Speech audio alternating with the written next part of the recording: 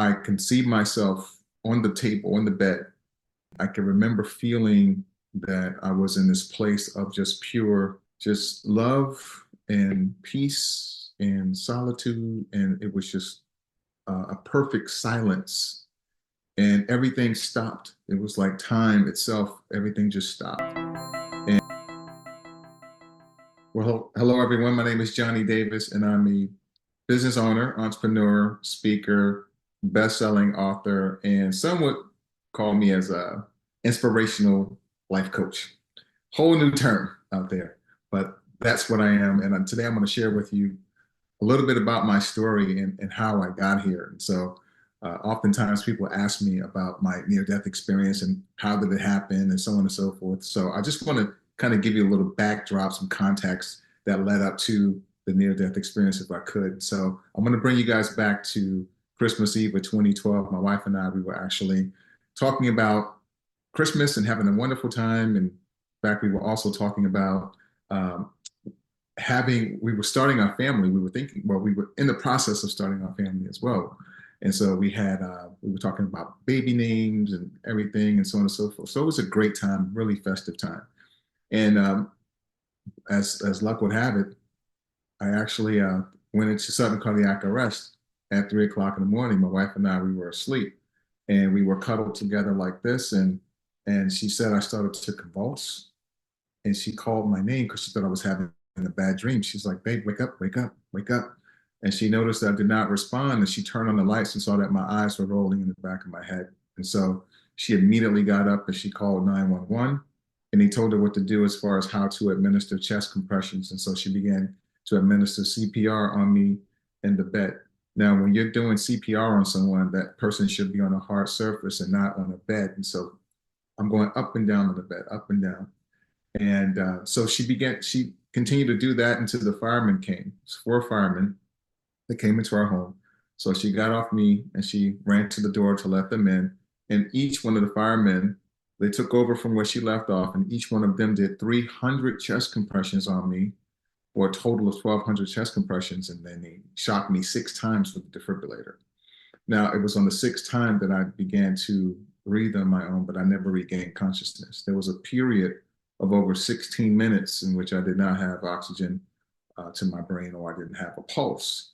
And so that day, when I was actually transported to the hospital after coding on the way to the hospital and coding in the hospital again, they told my wife that if I survived, that I would be a vegetable because there was so much time that elapsed without me having any oxygen to the brain. And so they were preparing her to be my caregiver, but they just really were not optimistic that I would even make it, at all. And so, but she kind of rejected that. And my wife is a praying woman, so I don't know if you guys are out there who are believers, so on and so forth, but in our household we do. And so she began to pray and had everyone in the hospital, all of my people that showed up unbeknownst to me because I was in a medically induced coma, so I didn't know who was there. But also unbeknownst to me, there was a prayer chain that was going on around the world that one of my business partners actually started on social media. And so while I was in this coma, this is when everything kind of transpired. I noticed some things about my consciousness that it just kind of tripped me out because I actually, when I think about it to this very day, it still gives me chills to just take myself back into that space. But I can see myself on like on the table, on the bed in the hospital. And I can remember feeling that I was in this place of just pure, just love and peace and solitude. And it was just a perfect silence. And everything stopped. It was like time itself, everything just stopped. And I just remember feeling so cared for. It's just like a newborn will feel in the arms of his mother for the first time. That's how I felt. I just felt enveloped with this presence of just pure love and joy and peace and happiness. And I just remember my consciousness feeling that I don't want to leave this place wherever I am. And so then I heard a voice. It was a subtle voice. I couldn't tell if it was a female's voice or a male's voice, but it was a voice, sound kind of like the voice that you hear in your head when you're reading a book to yourself, and you can hear the voice in your head, but you can't identify exactly what that voice sounds like or who that may be, but you can hear it. It was just like that to me. And the voice clearly said that it was not my time, that I had to go back. And I just remember feeling that I don't want to go back. I want to stay exactly where I am. And it was just like a snap of a finger. I was in this space, I was in this place, and all of a sudden I was in my body again, and I could feel myself cold, just freezing, because what they did in order to help save my life, they actually did this cold cool technique on me that was new technology back then, but it's kind of mainstream. It's commonplace now. But they actually froze my body down to hypothermic levels to preserve any type of organ function that I may have still had. And so I remember feeling coming back into my body and just feeling super cold and shivering. And it took a while for my brain to reboot and everything. It took a few days actually for it to reboot, but I could just remember feeling like, oh my gosh, why am I back here? I don't want to be back here. My wife said to me while I was in a coma, she said that she was whispering in my ear, telling me, babe, come back. We need you. We want you. We need you. We love you. You know, you're our champion. You're my hero. And I told her, I said, you know, babe, I didn't hear anything you had to say. I was totally oblivious to anything you had to say. And in fact, I was totally oblivious to anything and everything on this side of the plane. And I didn't miss it. And the one thing that I did feel while I was in that space, I felt an overwhelming sense of love and joy.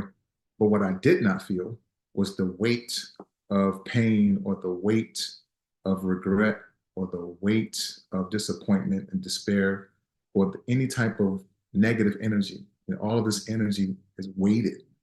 And that's the one thing that when you're in the physical world right now, in which we all are, we have the weight of emotions on us. And this is why, especially when it comes to negative energy, the weight of that energy is so heavy. And this is why sometimes people struggle with depression and they're just angry or upset and so on and so forth, because the energy carries so much weight and it's heavy to like get it off of us. And some folks are better at it than others at relieving some of that anxiety and stress and depression and so on and so forth. But for many people, it's like an albatross around their neck and they can't release it. But I never felt that. I never felt any of that. And that was the beauty of being in that space, in that place where I was. It was it was just pure love. I can't say that it was heaven. I didn't see any angels. I didn't see any family members. No one was greeting me at the end of the tunnel, so to speak. I don't think I was in that space long enough to be able to experience that. But what I can, my experience is such that I know that it's not the end.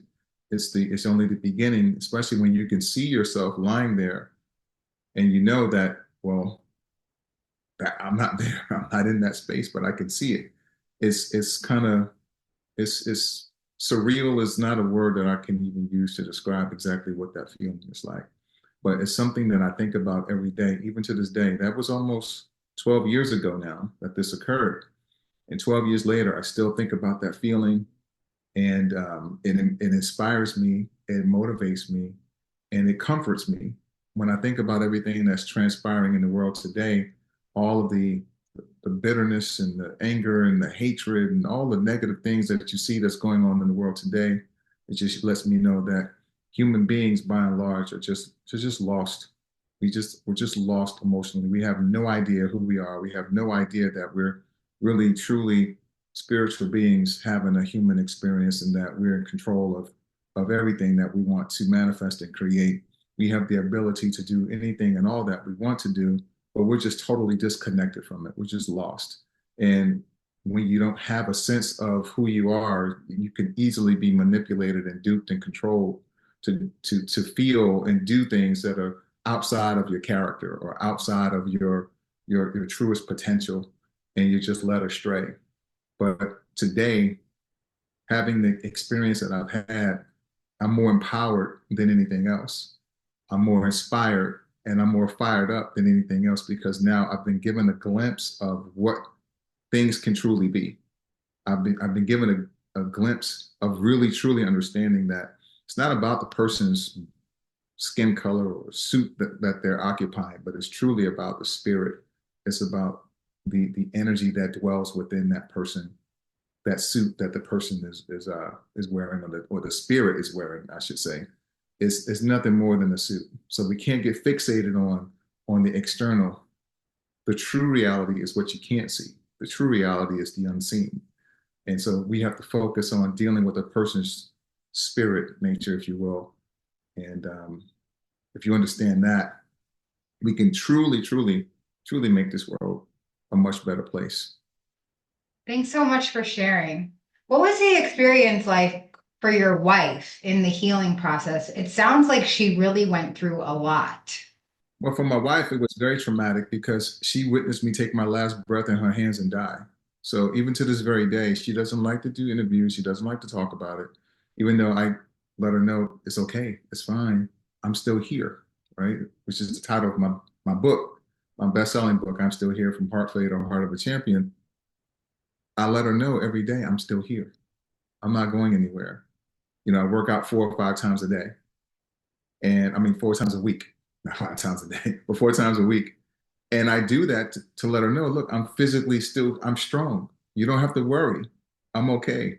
But she still suffers from PTSD from that.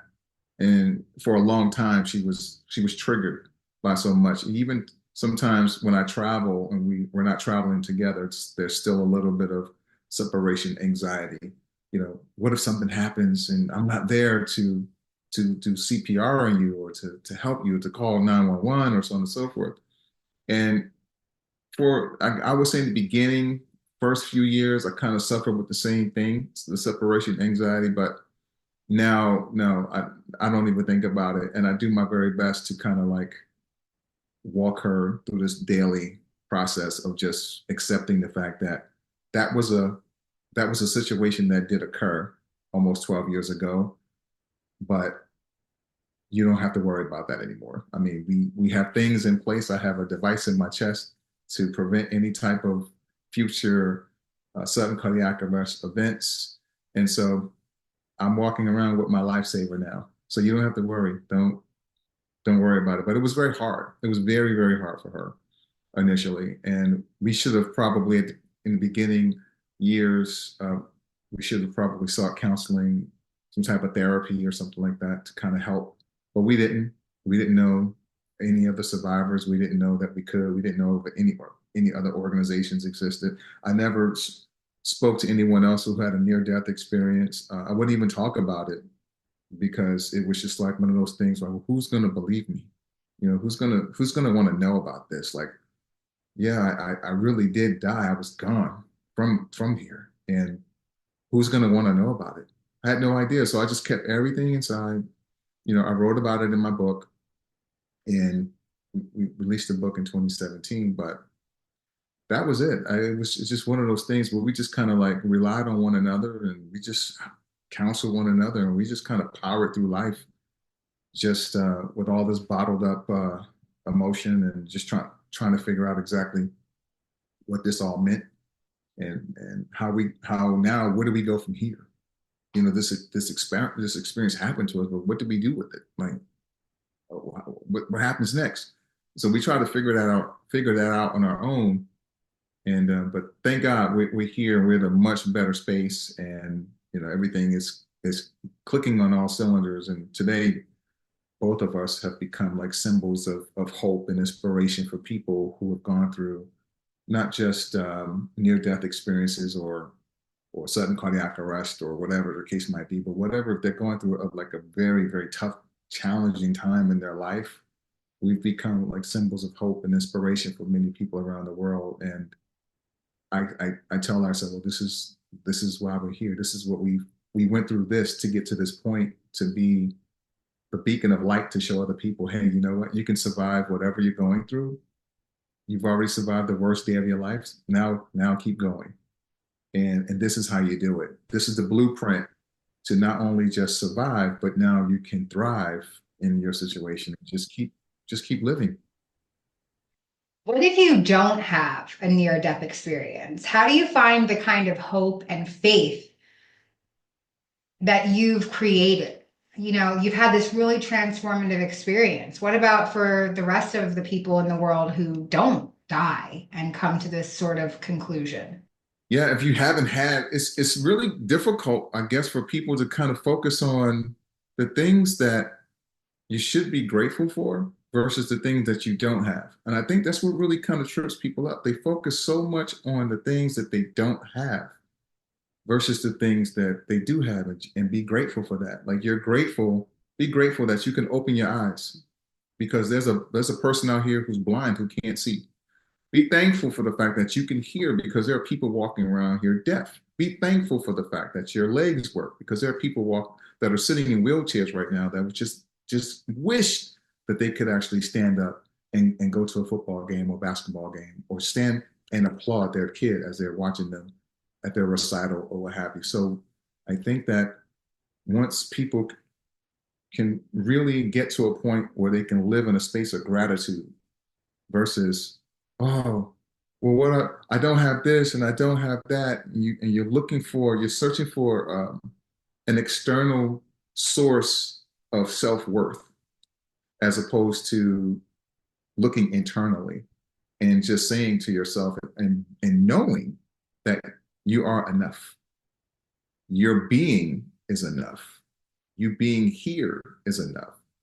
You're gifted with talents and potential and gifts that need to be nurtured and developed, and you focus on giving that into the world as opposed to all the things that you may not have. You may not have a big house.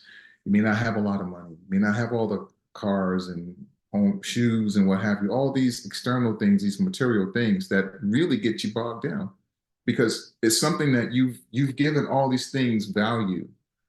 You've given these things to have power over you, to make you feel a certain way, when in fact, when you understand that you've given these things that, you've given the power, you've given these things value, as opposed to understanding you're the true value. Your life is the true value. This is what you can't create this. You can't manufacture this. You can make shoes, you can make houses, you can do those things, but you can't create the true essence of a being, of yourself, and happiness. You it's, so for a person who's struggling with that, I would just say, just take a minute to breathe. Take a minute to sit down and just focus on the things that you do have that are and be grateful for that. Be grateful for the fact that if your parents are still alive, that you can talk to them, right? Be grateful for the small things because the small things in life eventually become the big things. Because then once you get those things, you have the houses and the cars and all these different things that give people this false sense of being important, or they find their significance in these material things. Once you get them, then you realize, it wasn't that in the first place. You know, you get it and you're still unhappy. You still have no joy. You still have no peace. How many people you know that are walking around, they have all these things.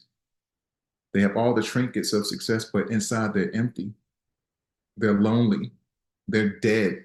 They're just walking. They haven't been buried yet. But it's emotionally, they're unavailable. They've checked out and they're dead. They're just waiting to be buried. There's a lot of people walking around like that. So my advice to people that may be struggling with that is just take a moment to breathe and just realize all the wonderful things that you do have and be grateful for the things that you do have in life versus the things that you don't. What was the process like for spiritually coming out? How did you set aside the fear and let people know about your experience? Well, once I wrote the book, and I started writing the book years ago when I developed heart failure. And that's the reason why my heart actually went out. It actually went into sudden cardiac arrest because I was diagnosed with heart failure 6 years prior to that, in which I almost expired then as well. And so I began to write the book in 2007 as a way of just, it was therapy for me because I just had all these thoughts that I just wanted to get out.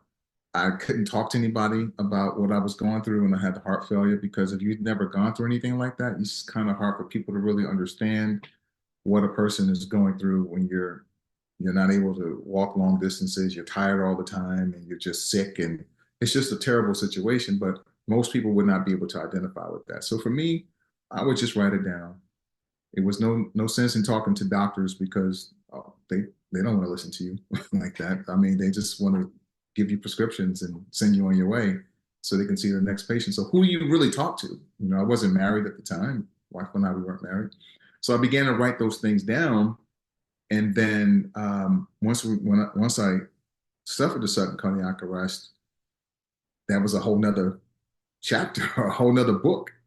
So I'm like, oh my gosh, I have this, and then I have this part of it.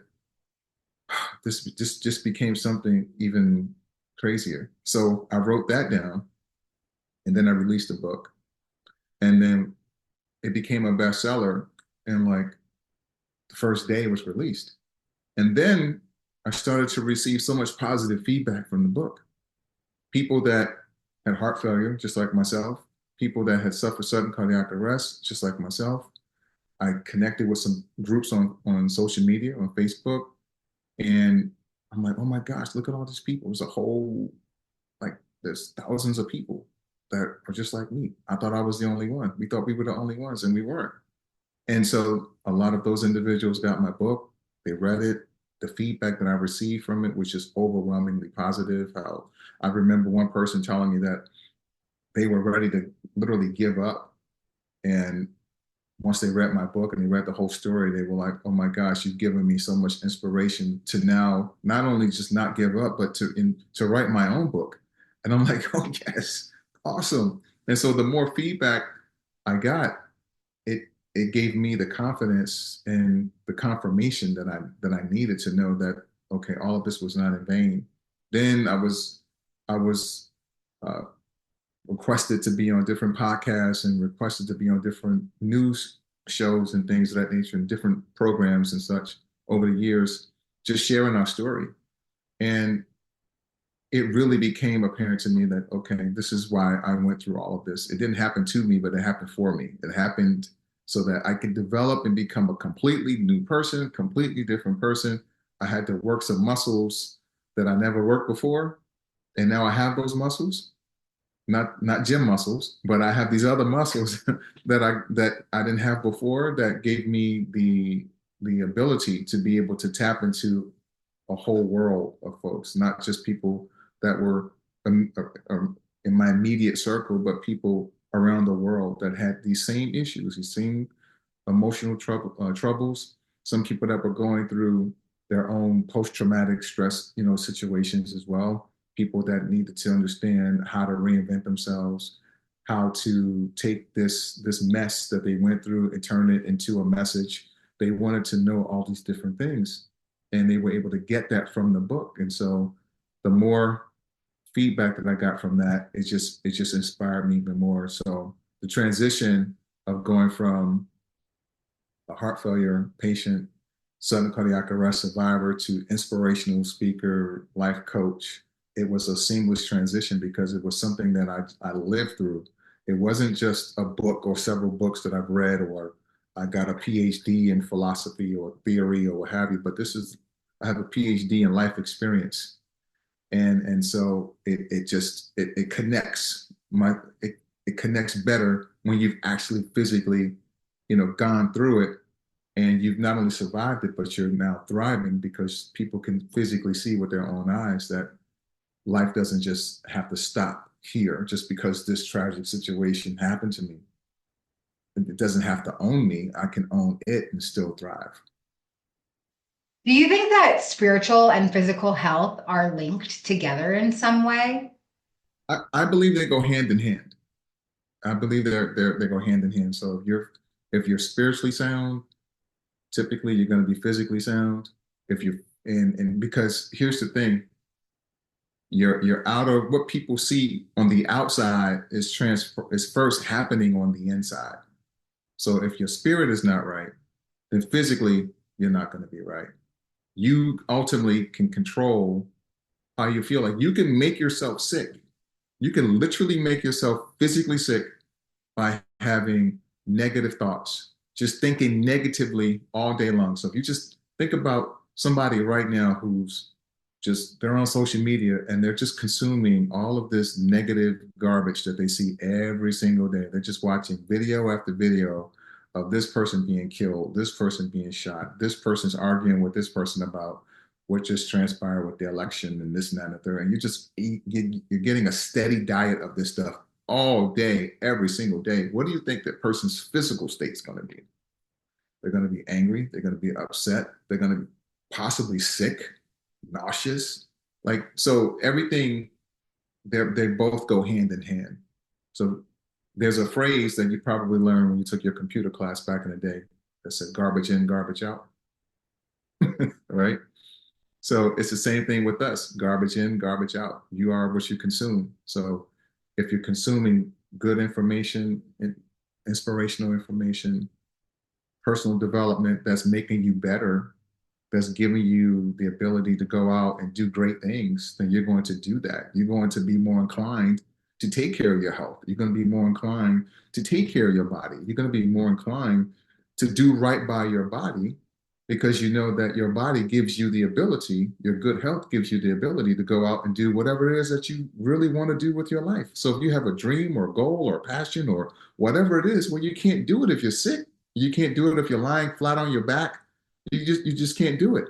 So when you control your thoughts and you have good things going in, you're going to manifest and produce good things on the outside. And again, that typically ties in to people who are physically fit, who are healthy, who are getting their checkups regularly, going to the doctor because you're more in tune spiritually to the connection between the two because they both go hand in hand. If I'm negative and I'm upset and I'm angry all day, am I going to the doctor to check on myself? No. Am I going to the gym to exercise? No. I'm going to probably be eating garbage instead of eating good food. I'm not taking any vitamins. I'm probably not even going to take my medication the way I'm supposed to because I don't care about myself like that because I'm just feeling down. But a person who, again, conversely, you love yourself. You have good feelings about yourself. You have good energy. You're going to do everything you possibly can do to take care of you because you know that they both go hand in hand.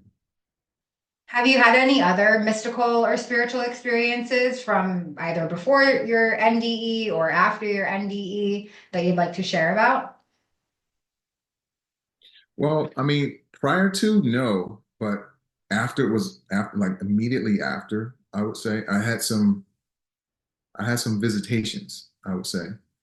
And it tripped me out because I think my wife says that I opened up, there was a portal that was opened up and it was open for a while because I would actually have people come in and see me. And one of them happened to be a really good friend of mine, his father, and I'm sure he's probably going to see this at some point. But his father had come to me, and I never met his dad. He and I, we practically grew up together. I've known him since we were 14 years old. Went to high school together, and I never met his dad. And his father had come to visit me in the dream, and I can see him just as clear as I can see you on the screen right now. I'm lying in bed, I'm sleeping, but I'm awake. Like my consciousness is awake, and I'm looking at him, and he just repeated. He hovered over me, and he repeated 4 times that he was. I'm proud of him. I'm proud of him. I'm proud of him. Proud of him. And I'm like, oh my gosh. And like my body was paralyzed, but I wasn't afraid, and I'm looking at him like, okay. And I told my wife the next morning, I'm like, I had this dream. I don't know what it means though. And I told her who it was and who it was about. And she said, are you going to tell him? I said, no, no, I'm not going to tell him because this is going to make him upset. And I spoke with one of my fraternity brothers, and he's a pastor, and I told him what happened. He said, well, I asked, do you think I should tell him? He said, You should, because that's his way of trying to communicate, to his son. And I said, okay. And so I called up my friend and I told him that his father had come to visit me in a dream. And he wanted me to tell you that he was proud of you. And he said it 4 times. And he said, what? And I said, and he told me to tell you he was proud of you. So he hangs up the phone and I didn't hear from him for like another day or so. And I'm like, oh my gosh, this is exactly what I did not want to do. I didn't want to tell him because I didn't want to upset him. So I get him on the phone maybe a day or so later, and we're talking, and I said, "Hey man, I'm sorry, I didn't mean to upset you, but your father wanted me to tell you that." And he said, "You didn't upset me." He said, "I was just so overcome with emotion because I just wanted to know that I asked my dad that question. I asked myself this question over and over again. I just wanted to know if he was proud of the man that I had become, and you gave me the answer." And so it was just one of those types of experiences that I used to have, early on. I've kind of lost that over the years. It's like the portal has closed. I no longer have that connection like that. But initially, when I first got out of the hospital, yeah, it was a different time. Like I had all kinds of things coming through, all kinds of people, family members that had passed on that would come and visit me. My father, who's deceased, I would have my just different folks, and it was just it it was crazy. It freaked me out, to be honest with you, Betty. It just really freaked me out because I had never had anything like that before. But later on, I started to really kind of study that aspect of it, the whole idea of different portals and things opening up. And I became more fascinated by that and really understanding that this supernatural experience is definitely real. This is not hocus pocus. This is not magic. This is not some other type of sorcery or anything like that. But it's another level of existence that we have yet to explore, but it's very much real, very much real. Well, this was a great opportunity for me to share with you today. I really appreciate you inviting me onto your platform. And I just want people to know out here that whatever you're going through right now, guess what? I hate to spoil the end for you, but it's going to be okay. Right? And if you want to connect with me, you can do so on Instagram. I'm at Mr. Johnny Davis, all lowercase letters, and Johnny is spelled JohnnieDavis. Or you can actually also reach me on YouTube under Johnny Davis Miracle Man.